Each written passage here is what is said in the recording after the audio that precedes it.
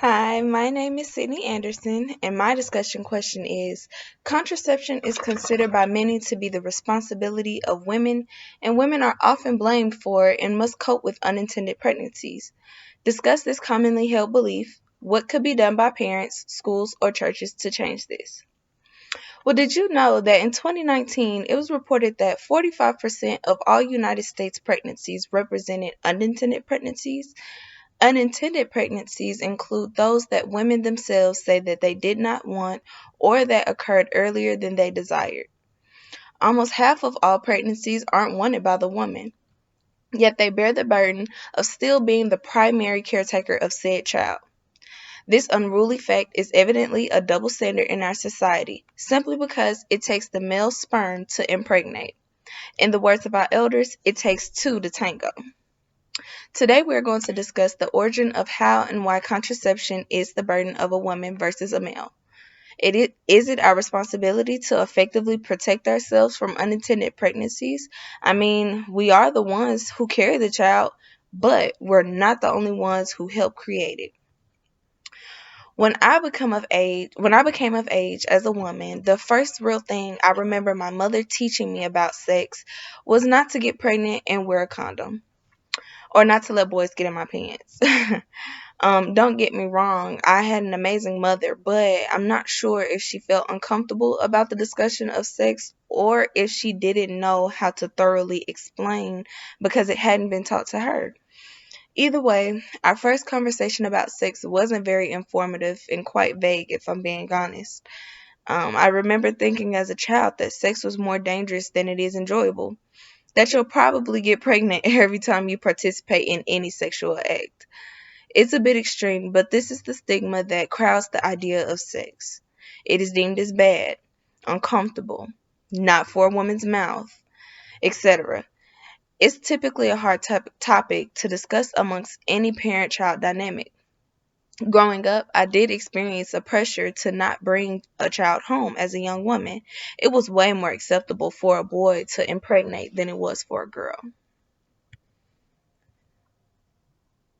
Um, According to a 2018 Bustle Trends Group survey of 226 women ages 18 to 34 of different sexual orientations, when it comes to pregnancy and STI prevention, 57% of women felt like they're the ones actively involved in preventative measure, while only 39% could report that the sharing of control responsibility was actually equal.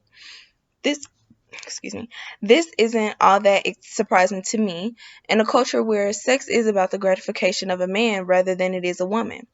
It is on the woman to take the preventative measure so the male doesn't have to use condoms or use any precautionary measure, leaving the responsibility ultimately up to her. This is where one of the problems lie. Men overall have always dictated and tried to control with what women do with their bodies. Only 20% of men overall have unintended pregnancies, and 45% of those pregnancies end in abortion. The majority of unintended pregnancies occurred when men or their partners were using contraceptives. 58% of contraceptive users considered that the pregnancy was due to inconsistent use, and 39% considered it resulted from method failure. In a lot of religions, speaking from mine personally, premarital sex is a major sin, especially for a woman. It is shameful for a young woman to be deflowered. She is deemed as worthless or not pure. Meanwhile, men can have sex and have sex with multiple women and not be considered a whore. When a young woman is seen pregnant, there is so much judgment and shame that is casted upon her.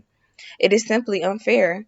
As a woman with no children, one motivation that fueled me to stay on track with my contraceptive methods was the fear of becoming that girl, the fast girl, the hoe, boy crazy, and so much more.